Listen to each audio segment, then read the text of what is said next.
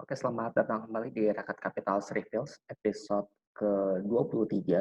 Kali ini gue, Farhan, akan membahas mengenai pengalaman gue berhasil untung puluhan persen dari saham Cepin, Aali, dan Astra Internasional. Sebelum gue bahas, jangan lupa untuk like dan subscribe YouTube channel ini. Dan langsung aja kita bahas di episode ke-23 Rakat Capital Reveals kali ini. Yang pertama adalah gue beli saham Cepin, Astra, Ali itu dibagi menjadi beberapa harga. Jadi nggak sekaligus langsung beli plak di satu harga. Yang pertama itu gue beli saham Cepin di harga 4.300, kemudian dia naik lagi gue beli lagi di 4.430 dan Cepin naik lagi sampai harga 4.750 gue beli lagi. Dan pembelian itu setelah pembelian ketiga gue hentikan dan kemudian gue tunggu harganya sampai di atas dan gue jual Cepin itu di harga 5.250 dan 5.700. Kemudian untuk saham selanjutnya ini saham Astra Internasional atau ASI. Ini lumayan banget ya sebenarnya. Kalau dilihat harganya lumayan agak jauh. Gue beli Astra itu di 3.630, 3.840, di 4.360. Yang paling tinggi di terakhir ya, 4.360. Dan ini gue beli Cepin Astra Internasional itu size lot-nya beda-beda.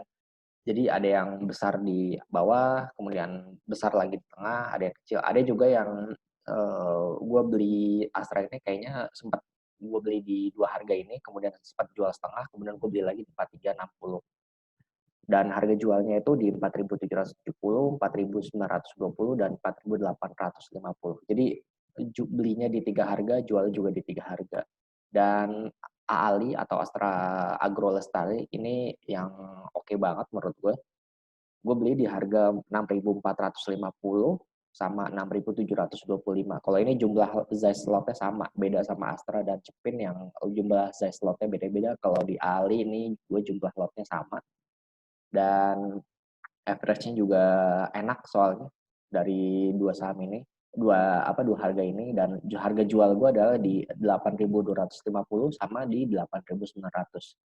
Kalau kita lihat average price buy dan average price sell dari ketiga saham ini untuk Cepin itu di 4.440, gue jual di 5.550, itu gainnya sekitar 25%. Kemudian untuk Astra itu average buy-nya itu 3.943 dan average price sell-nya itu 4.847 atau 23% plusnya. Dan terakhir nih AALI gue belinya di rata-rata 6.633 dan jualnya di 6.883. Kenapa cara beli gue dan cara jual gue itu saham? Nah, gue yakin waktu itu kan gue beli ketiga saham ini di bulan April ya kalau nggak salah, dan di bulan April atau di bulan Maret gue agak lupa, itu kan CISG masih di 4.500-an kan. Gue saat itu beli dulu sebagian, masih cash-nya masih sedikit. Kemudian pas beneran ISG-nya naik, gue mulai average up saham-saham yang gue beli. Average up, meskipun beberapa hari kemudian agak turun, tapi akhirnya ISG melambung tinggi dari 4.500 ke 4.900. Dan saham-saham yang gue beli pun naiknya lumayan signifikan, ini bisa naik sampai 20-an persen.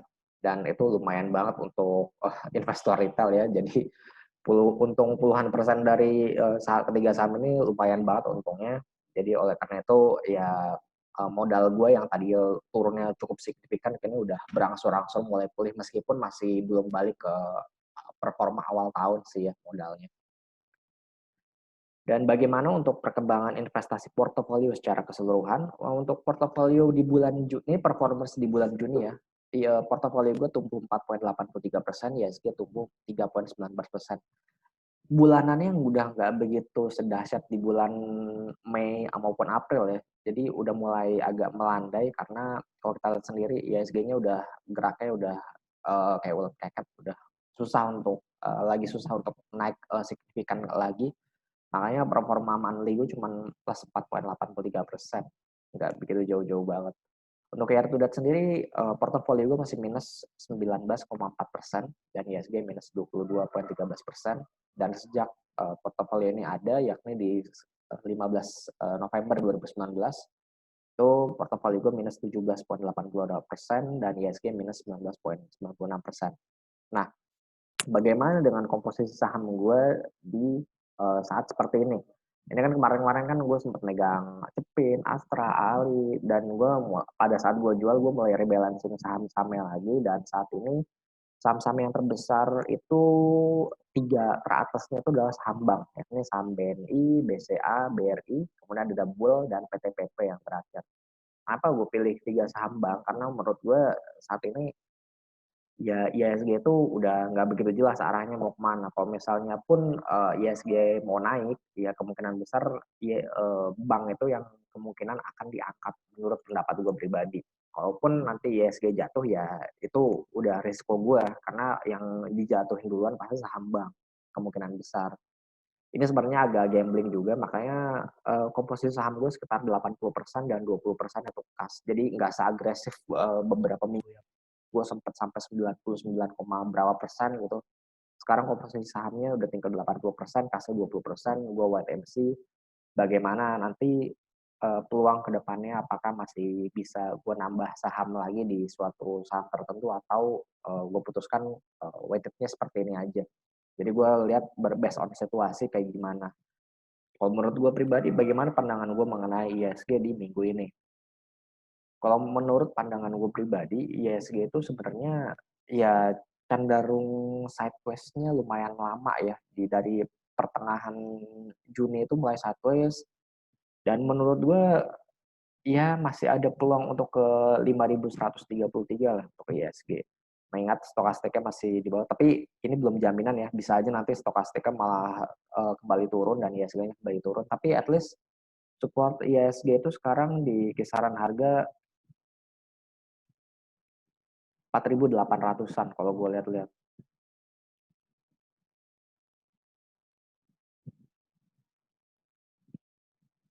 Iya, ISG itu kisaran harganya di 4.800-an.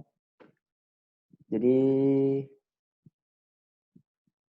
nggak terlalu rendah-rendah banget untuk supportnya dari ISG. Memang range-nya itu lebih sempit dibandingkan beberapa minggu yang lalu ya. Minggu yang lalu kan ini di bulan Mei sempat di 4.500-an, kemudian naik sampai ke area 5.000, kemudian kembali turun. Supportnya di kisaran 4.800-an sekarang. Memang ada kalau di unit mana itu sempat di 4.600-an ya. Cuman makin lama supportnya makin naik di kisaran 4.800-an.